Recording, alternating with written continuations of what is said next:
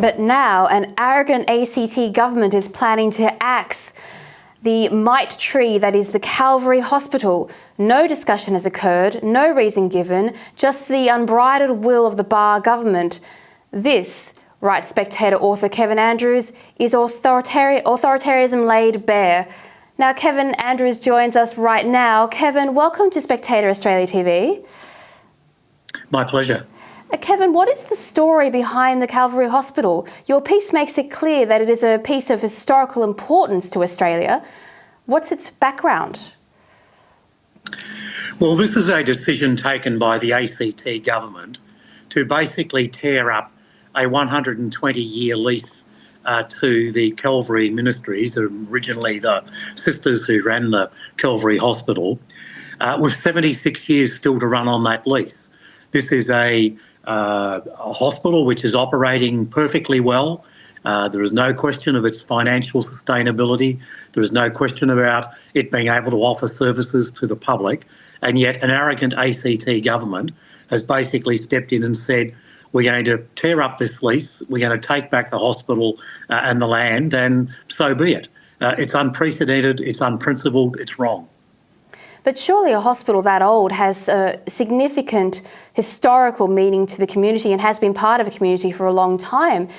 Isn't there some kind of backlash to what's going on? Well, I believe there is a backlash occurring in the ACT to this, but you're right about this being part of the Canberra community. There are two major hospitals in Canberra, the Canberra Hospital itself on the south side of the lake and the Calvary on the north side. And those hospitals have served the ACT, Canberra, and even parts of New South Wales for many, many decades. So for the government just to come in now without any real explanation as to why it's doing this, without any, real reason to be able to give and say there's something wrong or something we want to do better or anything like that, to walk in, basically not continue any discussions with Calvary about this and simply say we're going to push legislation through the ACT Assembly in order to acquire this. Now, they can do it more easily in the ACT because all property in the ACT is leasehold land. There is no freehold. But nonetheless, there are property rights which exist in a 120-year lease, which are simply being torn up.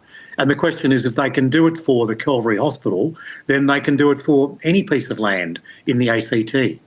Now, presumably this is a hospital that's functioning right now and it is helping the people of the ACT with, let's face it, there's a health crisis across the entire nation, so the more hospitals, the better, one might imagine. Has the ACT given any firm reasoning about why they are going to close this hospital when it's going to provide a shortfall in healthcare? Because if they build anything else, it's going to take a long time to replace what they lose in that hospital. And even then, you're not going to be in a better position. No, there's no good reason. If it was not functioning well, that might be another question. And indeed, a few years ago, there was a report about the other hospital, the Canberra Hospital, which criticised the culture at that hospital. No such criticism has been made about the Calvary Hospital. And as you say, this will lead to a shortfall in the provision of care in the ACT. A new hospital would have to be built. That would take some time to build. And then there's the cost of this. Calvary have just built a new hospital in South Australia, in Adelaide, 350 beds for about $350 million. It's being proposed that a 500-bed hospital in Canberra is going to be built for over $1 billion. This is a waste of money on the part of the ACT government, on the part of taxpayers in the ACT as well. So not only is this unprincipled in terms of taking away a property with a 76-year lease to run, which is operating properly, there's no question about that, ripping away the rights that are there in the leaseholders to this land and to the building that's on it, but also doing so without any just terms in terms of the compensation that's being provided to Calvary. As I said, this is unprecedented in terms of what a government is doing in Australia.